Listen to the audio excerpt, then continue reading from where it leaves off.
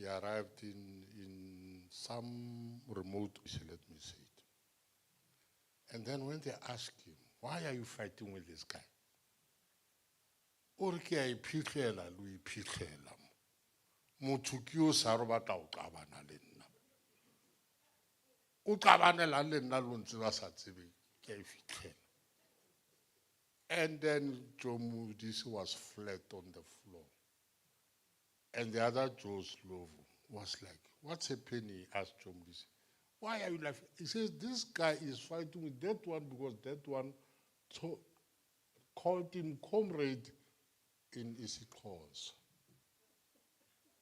So naming is very, very important. And you need to name appropriately. And be careful which name you use where. I have a friend. His name is NTOTO. If you were to honor that person in Limpopo, people will kill you. Because you can't call any feature that name, NTOTO. But where it comes from, it's a surname. So you must be careful with this naming business.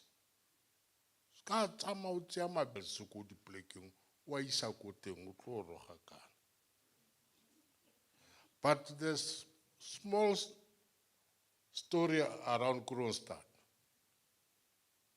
When the application to change Kronstadt, the first application that came was to call it Maokeng. And that, because as part of UNGEG, United Nations Group of Experts on Geography, they are not allowed to duplicate names. Maokeng exists as a town in Japan. So we couldn't accept Maokeng, and we told the applicant. The next name that came was Mutlaga. And the explanation says Mutlaga is what? As a Kruon, we don't deal with translations. So that's how Kronstadt is still Kronstadt. But listen to this. That horse, how it ended up being the name of that town. The owner of the horse, when the horse, his God, and said, please God, if you will help me tomorrow morning to kill one Zulu, I'll build a church for you. So the next morning, the first person he saw who resembled a Zulu, he killed and built a church there. And the place today is called Kronstadt. I wish to one day meet him and his God, and then we'll have a conversation.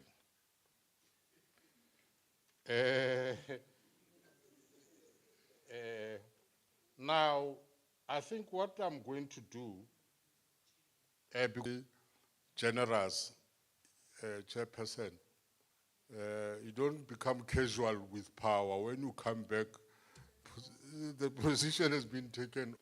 The problem with us South Africans is that we have got an oversupply of democracy. We consult people, including those who have consulted before and have already agreed with. We go back to them and consult them.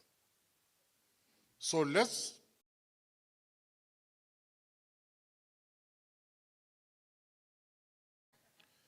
now, Chairperson, I think we are coming to item number 7.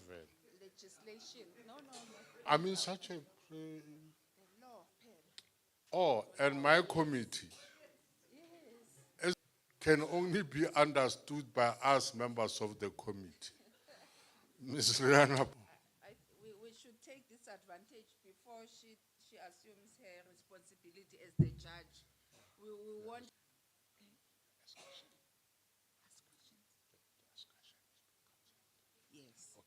won't have an opportunity to engage a judge and abuse her in this way. Over. Thank you so much, Chair. Thank you. All protocol is observed. Firstly, I needed to just seeing that everybody between presentation on the Legal Legislative Review Subcommittee, quickly just on names, it's always funny because my name is Rihanna. Understand, why do I spell it differently? Why is it not R-I-A-N-A? So that's the first difficulty I always have. And the second funny part is my married surname being Parker.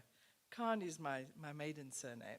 So coming to Parker, again, we didn't choose to spell it P-A-R-K-E-R. It's Home Affairs that put it down as P-A-R-K-E-R because they could not pronounce Parkar, which is in fact the Indian version of what the name should be. So we're not related at all to the Parkers of England. We have our own indigenous surname, and it's P-A-R-K-A-R. Be that as it may, I thought I would share it. Firstly, I need to, so much has been said by Via with regard to the naming landscape and the important role that we play in, a pivotal role really, in the transformation of the heritage landscape so that we can instill the ethos of dignity in people and so that we can get our people to address and be proud of who they are, where they come from, what languages they speak, culture and traditions they have been raised with, and for that, all of that which I've said represents who they are, and that through the work that we do, we have the, I would say it's a very rewarding work that we do in the sense that we get to play the role of changing that house that Deputy Chair referred to, where somebody came into your house and then took it away and gave it another name, and then hands it back in 1994 and say, okay, fine, now you need to go and consult and renegotiate to be able to change it. So we play a pivotal role in that process. What do we do as the Legislative Review Subcommittee? Thank you to Mr. Kamata, who was just here before me. He gave a wonderful organogram for all those that are here.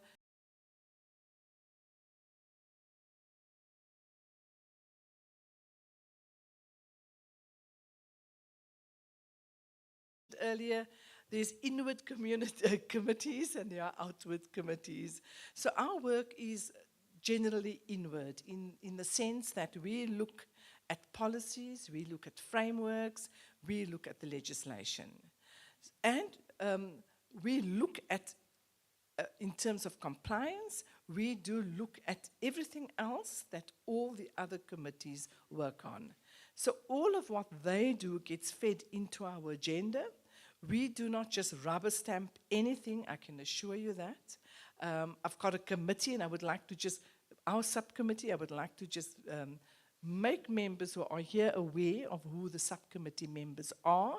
And I'm doing so for one reason, that the act that you will still get to hear about in a few minutes from me will be going through the draft amendment bill, which will probably be the 6th draft amendment bill, will be going through a public consultation process at some stage, and you would need to know who these members are because they will be coming back to this province and to other provinces together with legal services. Not all of them, some of them.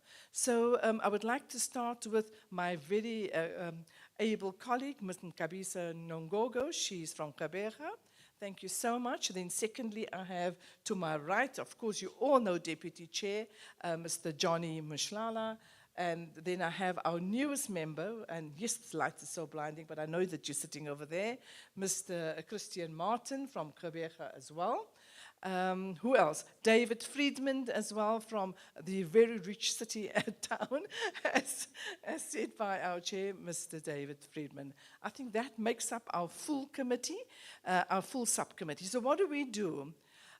Since the new council has been in place, we've been sitting with the new pieces of the piece of legislation.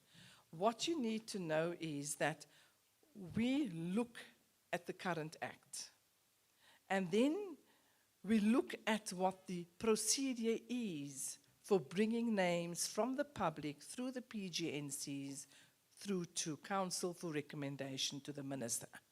And then we look at the act and see where is there a disconnect, or where are the omissions and where are the gaps, and where can we improve on the existing act, which, as was said earlier by our chair, is an act which was promulgated and passed in 1998. That was just 4 years after democracy. So now that we're looking at the 6th draft amendment bill, substantial changes will be introduced. More particularly, that which was raised by Mr. Langeveld earlier is the objective tribunal appointed by the minister. So if, for example, the recommendation from this council goes to the minister to recommend a name as an advisory body as the SAGNC.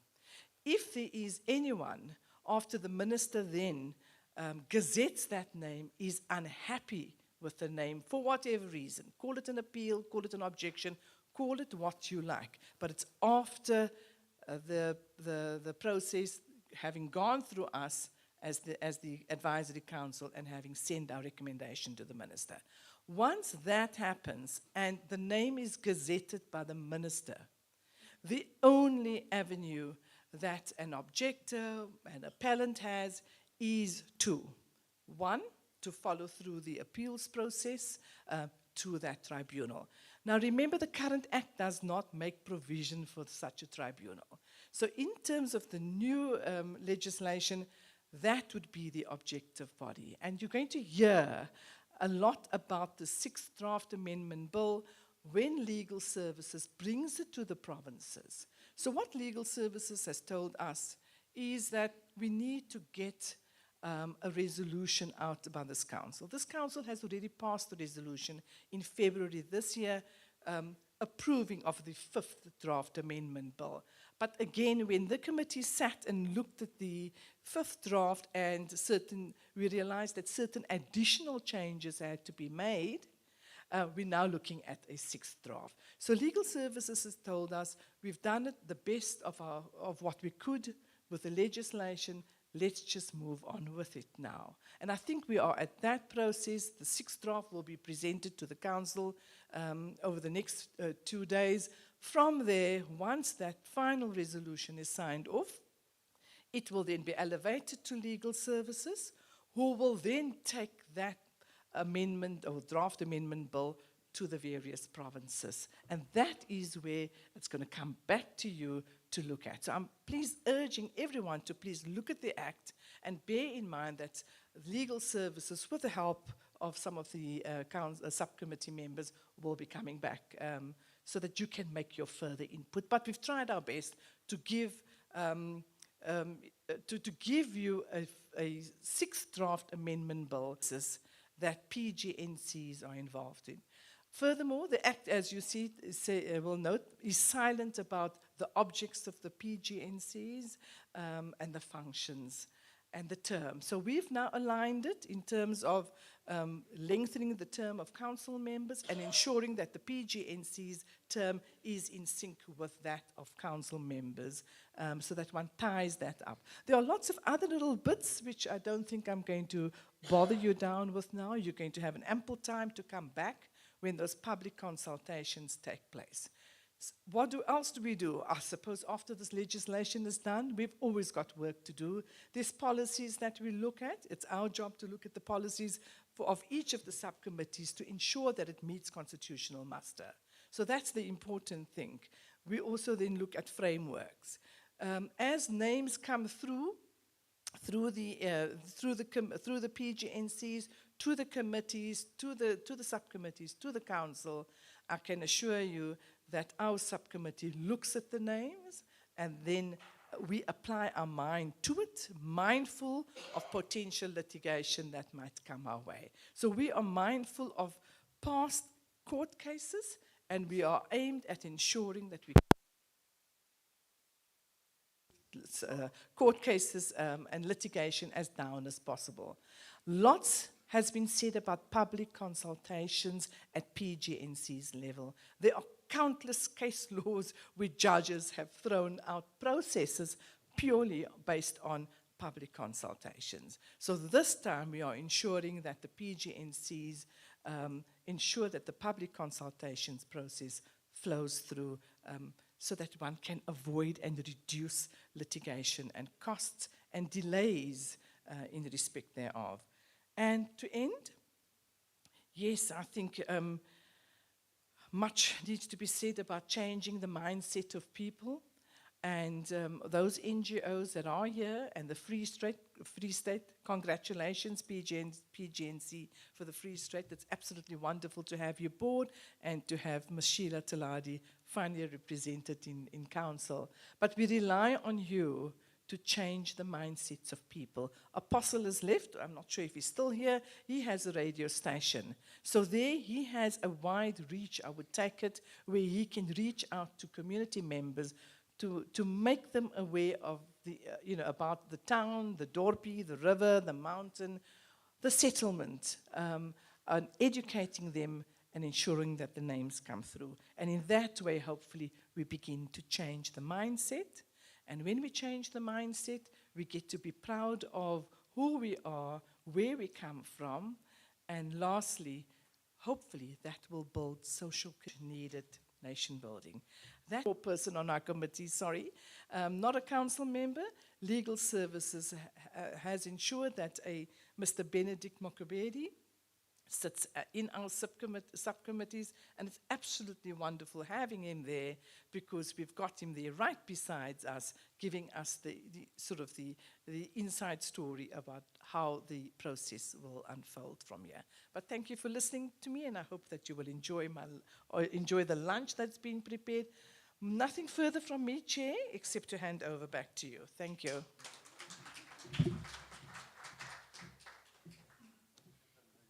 To confirm a few things with my boss. Also, there's something that I have missed before all the thank yous. We made earlier some of the great matters, and that we must know as we continue with all the transformation and other mandates that we carry, and what the Constitution that we wrote for ourselves prescribes us to honor. Let us do good, let us continue being part of this agenda. I'm going to thank Charity again. I don't think I would have done this work. It's really been a long day. I normally see practitioners like yourself shifting tomorrow, okay, but having a one woman standing the whole day, they normally say one man standing. This woman stood for us the entire day. We thank you, we appreciate you, and also the service was great. Thank you.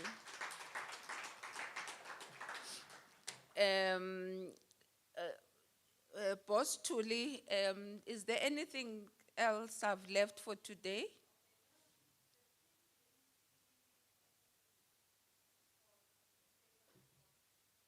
Yes.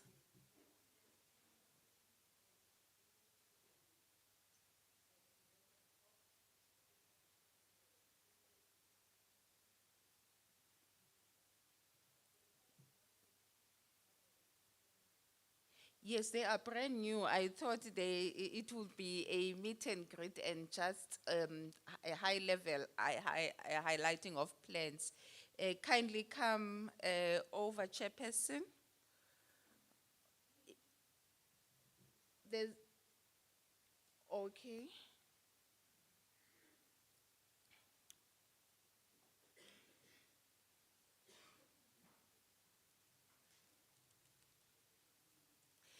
Chairperson is standing between us and lunch. Now, how can your own host take away your own lunch? But we would like to hear from status currently because it's been, your absence in council really was giving us a headache, in a true sense, but we were very concerned. Over to you.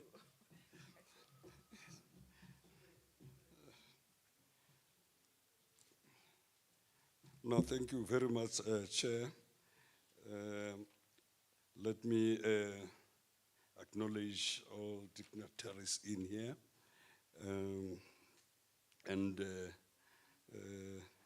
say I'm very grateful to be given this opportunity to present our status report. We had it on a stick there. It looks like we've got some challenges, but I'm gonna just read it from here. Thank you. The Free State PGNC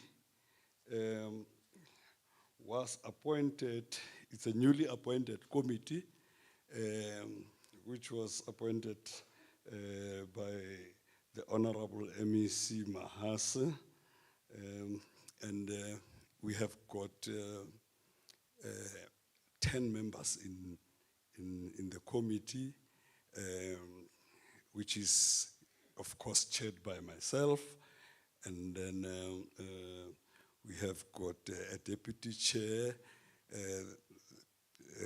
who is seated at the back there, Mayor Queen Magalaganka. You know, the surname in most cases wants to cut my tongue. It's very, very difficult. And then I will just mention those members that are here now because some of them did not make it here. We have got at the far Mayor Mposefo, who is a member of the committee. Luckily, we are also very mindful of the legality of the whole process. That is why we've got the advocate, Messi Fomonu, to help us with the legality of the whole thing.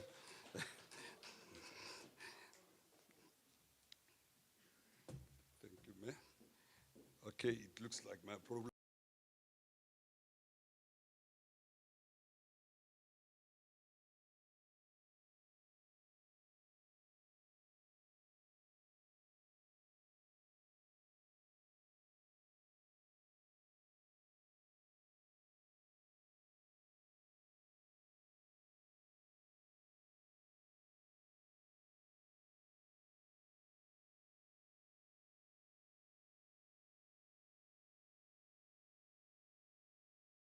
Can you stand up, Mayor?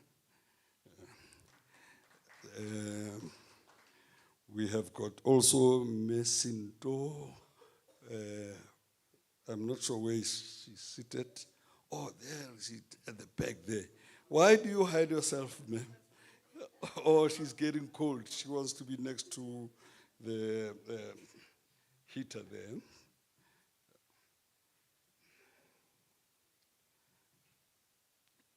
Yeah, I must, Chairperson here mentioned that out of the 10 that were appointed by the MEC, Memahasa, we unfortunately lost one. One of us passed on last week, Thursday, and was buried yesterday. And we could not make it to the funeral because of this preparation, but the committee is planning to sort of pay a visit there this coming weekend, just to go and give our condolences. Oh, it looks like I've got a problem. Okay, let me leave this thing. It just got a lot of problems. It's gonna. Now, I would definitely request this August House to just maybe stand up and beat, moment of silence for the past Ntate Msweli. Ntate Msweli was buried yesterday.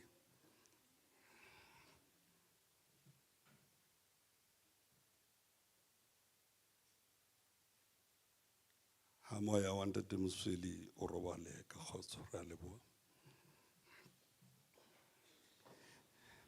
So that is the status in terms of our members here that have been appointed, and we hopefully going to get a replacement very soon, and that as soon as the MEC has made up her mind as to whom to put into the committee.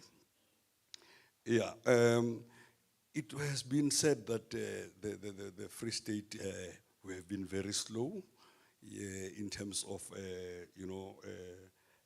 taking up our mandate, but let us make it clear that it is because you remember that the PGNC's its term of office is only 3 years, and after every 3 years you must be have the new committee. So the new committee took long before it could be appointed. And when it was appointed, we only had our first meeting in October. And in that meeting, we then decided that even though we waited for this kind of engagement with the SANGC, we would want to be empowered. So we organized or hosted our own workshop in terms of empowering our new members. Luckily, in the past term, I was still the chair, and I was given the second term. Halala, Matsabi, halala. I was given the second term so that I should still lead this committee. So we were able to, sort of workshop ourselves and plan our own program as to how we're going to unfold it. Let me confirm to this August House that in that workshop, we identified that one of our main hiccups in the province is that we don't have people who has got the know as to what is expected from the communities so that we can facilitate the name changes. So we therefore then decided in that workshop that we are going to have a program to visit all the regions and the sub-regions in our province, so that we engage with speakers, we engage with the chairpersons of the Section 79 committees, so that we capacitate them as to what is expected from them. And then, at the same time, we go to the communities and also carry on this campaign of, empowering them to know what is expected.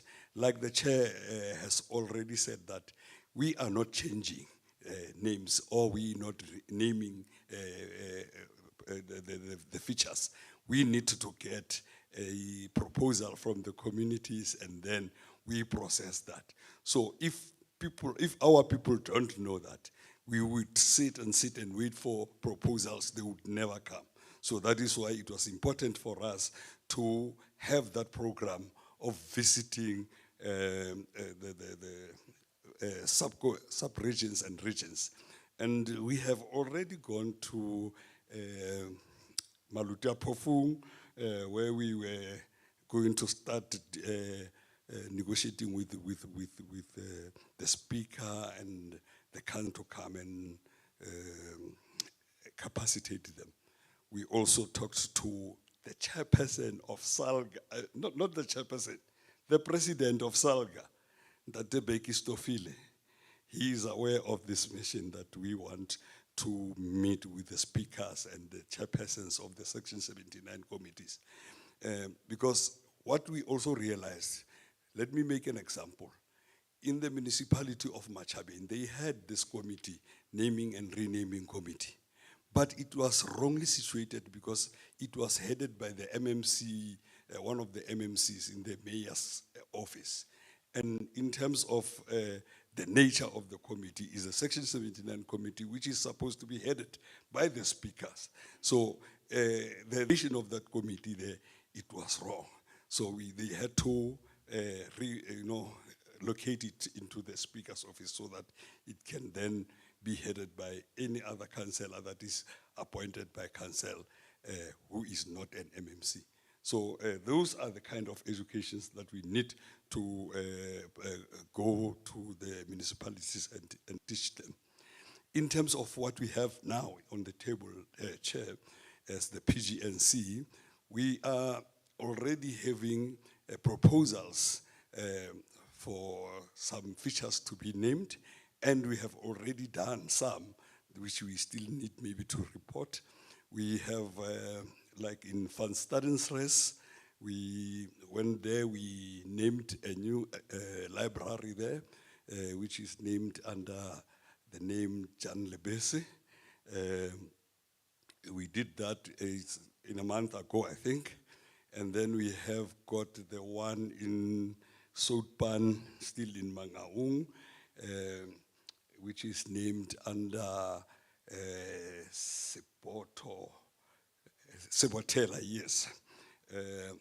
And then we have got the one that we are still busy with, changing the name of Glen, which we are still in the process of public engagement and so on. And luckily, in as far as I can remember, Chair, we as the Free State, we have never had a case where we were found to have flawed the processes. And as a result, the name had to be rejected because of our own mistake of flooring the processes. So it looks like in that instance, we are very good. We are also in Bethlehem having a proposal to name R26 into, it's just that I don't have my records now, it's in here, but we have got that proposal and we are busy with that proposal. We are also having a proposal to rename the Gobble Park Stadium from Gobble Park to Mike Mokoena, which we are still busy with. So there is movement in this committee or in this province in terms of that. And the relationship with other departments here, I think we've got a very sound relationship, especially with our MEC. We've got a free communication line with the MEC in terms of making sure that this committee moves. For instance, the PGNCs, they don't have enough budget to can carry on everything. You can imagine if you've got a budget of $1 million and you've got to do all these jobs that you need to do. It's very little, that amount. So we are in engagement with the MEC in terms of trying to see if she can better that. The PRA in the Free State here, that is why you see the chairperson of PRA here. That shows the relation between, because if we did not invite her, she wouldn't be here. So the fact that we invited her, it shows that we have got that relation.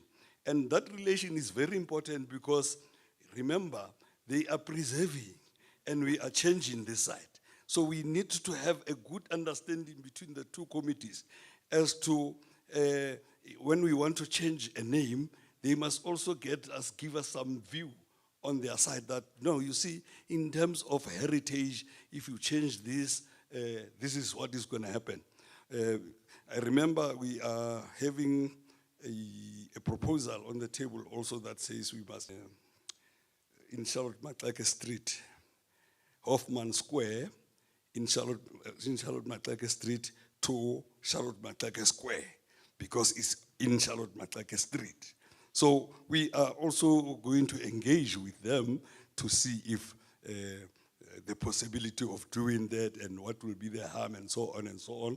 I remember that the deputy chair was also saying repetition of names and so on and so on, but we were taking it from the fact that it's influenced by the fact that that square is in Charlotte Maxake, so it wouldn't make a lot of a difference if you rename it there. Chair, you can see that I'm trying to take this report from the head, and I hope that I did not fail you. You heard what you wanted to hear. And let me tell you, we have got a very energetic PGNC in the Free State, and we hope with the program that we've got, you are going to start seeing a lot of names and name changing coming into your office for you to finalize. Thank you very much. Thank you.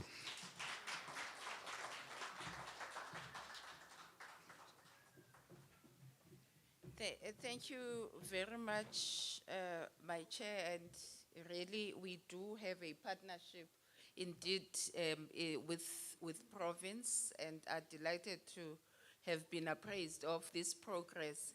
And what we normally say is, as you promise all of these things, we jot them down, and we are going to remind you of your Bethlehems and all these R26 and others. If Makufe was still here, I was going to come in October and demand a report on my.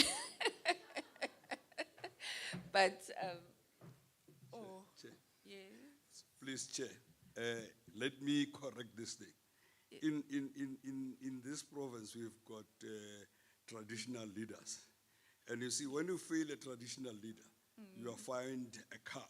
I don't have a cow. I just forgot to introduce one of the committee members, Ntate Qetshwayo Mloyi, who is the chief representing the traditional leaders. Morena, hi Shapefat.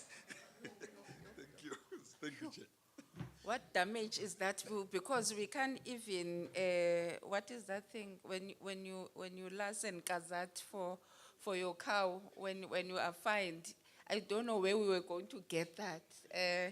I also apologize, Morena, on his behalf. It cannot be that it was not his bright lights. They confuse us. On that note, I normally say that I'm a chairperson of the Park House in the Eastern Cape, which is the Nelson Mandela Bay Complex. So when Minister Zizi Kodwa came on board as the new minister, the CEO, he is also Zizi.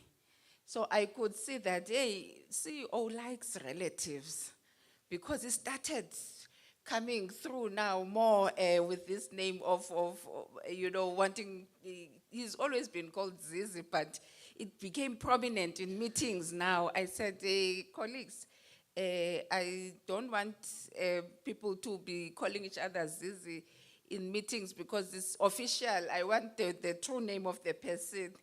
And then it felt like I was taking away the grace of being a relative to minister.